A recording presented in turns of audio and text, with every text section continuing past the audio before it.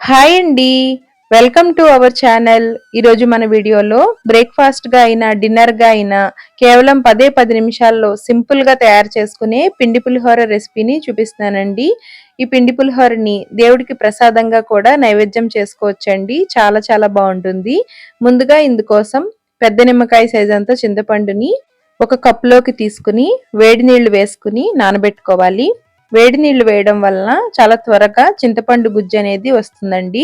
ఈ చింతపండు ప్లేస్‌లో నిమ్మకాయ, దబ్బకాయ, నారింజకాయ తోటి కూడా ఈ పులిహోరని తయారు చేసుకోవచ్చండి.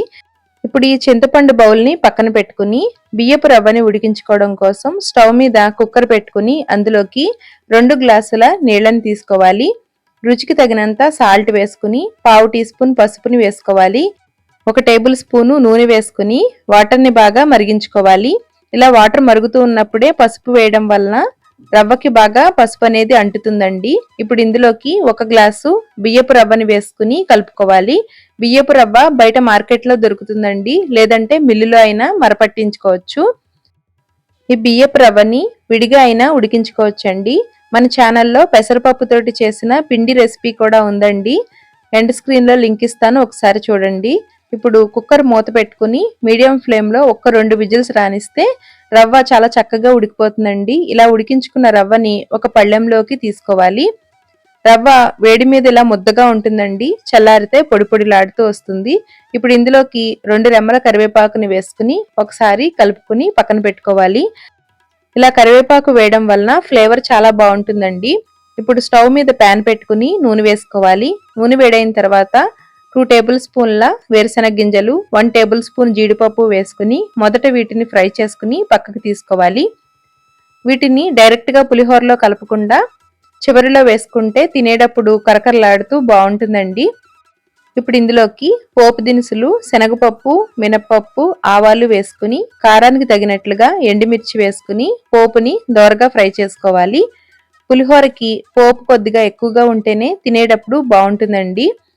కారానికి తగినట్లుగా ఎండుమిర్చి అనేది వేసుకోవాలండి. అలాగే పొడవుగా కట్ చేసి పెట్టుకున్న పచ్చిమిర్చి, 4 రెమ్మల కరివేపాకు, కొద్దిగా ఇంగుని వేసుకుని ఫ్రై చేసుకోవాలి. పోపు అంతా ఇలా బాగా వేగిన తర్వాత ఇందులోకి నానబెట్టుకున్న చింతపండు నుంచి చిక్కటి చింతపండు గుజ్జును అనేది తీసుకోవాలి.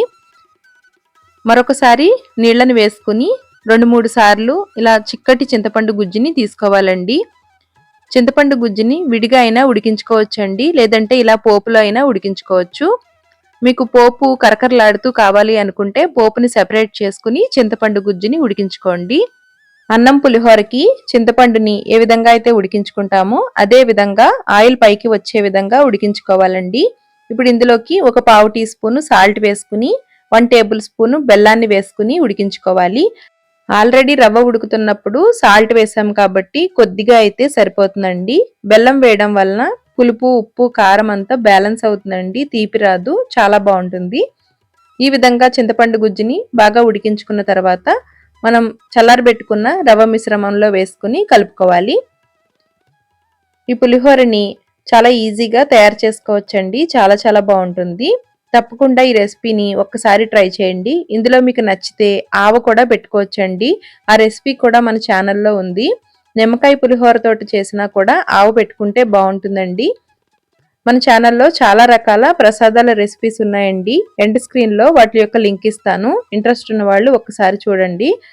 ఇలా కలుపుతూ ఉన్నప్పుడు చేతికి కొద్దిగా చింతపండు గుజ్జైన నిమ్మరసమైన చెమ్మచెమ్మగా ఉంటే చల్లారిన తర్వాత పులుపు కరెక్ట్గా సరిపోతుందండి.